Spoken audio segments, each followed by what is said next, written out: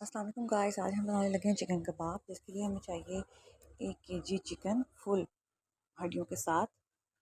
उसके अंदर हम डालेंगे 1 लीटर पानी। उसमें हम डालेंगे 1 कप चने की दाल, जिसको भिगो के रखा था। या भिगोना ज़रूरी नहीं है, वैसे भी उबलना ही है। 20 से 25 मिनट मैंने लिए हैं लहसुन के जवे। एक मीडियम साइज़ का मैंने लिया है प्याज। उसमें डालिए मैंने 15 गोल मिर्च लाल। फिर मैंने 8 लौंगे ली हैं और 10 काली मिर्च साबुत ली है, वो डालिए। अब मैंने 1 टीस्पून ज़ीरा धोकर डाला है। अब इसके अंदर 1 टीस्पून मैंने नमक डाला है, या अपने हस्बे ज़ायक़ा आप इस डाल सकते हैं। अब इसको मैंने कवर कर दिया और उसको पकने दें। 25 मिनट के बाद चिकन को आपने रिमूव कर लेना पानी में से। सेपरेट बाउल या प्लेट में निकाल लें और उसको ठंडा होने पे उसको श्रेड कर लें। इस तरह से उसको श्रेड कर लीजिए। देखिए, अब इस चिकन को वापस पानी में डाल दीजिए। चने वाला जो पानी था जिसमें से हमने चिकन निकाला था, उसी में वापस डाल दें। हाई फ्लेम पे इसको पका लें यहाँ तक कि इसका पानी खुश्क हो जाए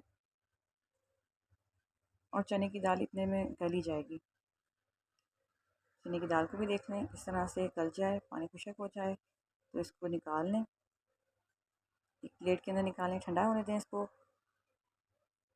और कूनी डंडा इस्तेमाल करें इसको कूटने के लिए या क्रश करने के लिए। ये देखें, इस तरह से हमारे पास इस तरह से आ जाएगा ये मिक्सचर। ठीक है, अब इसके अंदर हमने डालना है फ्रेश कोरिएंडर लीव्स और मिंट लीफ। ये डाला हमने मीडियम साइज़ एक जिंजर चॉप करके। मीडियम साइज़ प्याज है चॉप किया हुआ, और 2 ग्रीन चिलीज़ हैं। इन सबको मैंने डाल देना है इस मिक्सचर के अंदर।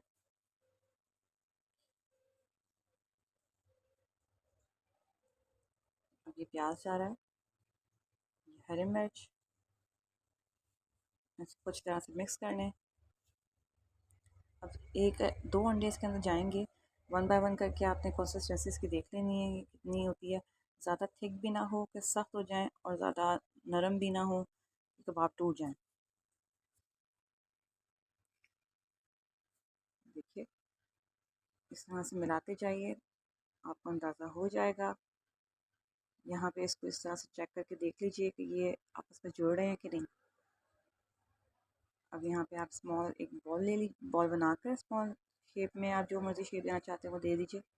ये राउंड शेप है, देखिए। जो दिल करता है आप शेप दे लीजिए। मैंने बच्चों की फरमाइश पे 2 दिल भी बना दिए थे। अब हीट ऑयल को गर्म करके इस तरह से इनको पका लीजिए, फ्राई करके। 5 मिनट के बाद इसको टर्न करें, या फिर इतना कि गोल्डन ब्राउन हो जाए इस तरह से, तब इसको साइड चेंज करें। इस तरह से ये गोल्डन ब्राउन कलर लेकर आइए। देखिए, हमारे कबाब रेडी हैं खाने के लिए। बहुत डिलीशियस है, इनको ज़रूर ट्राई कीजिए।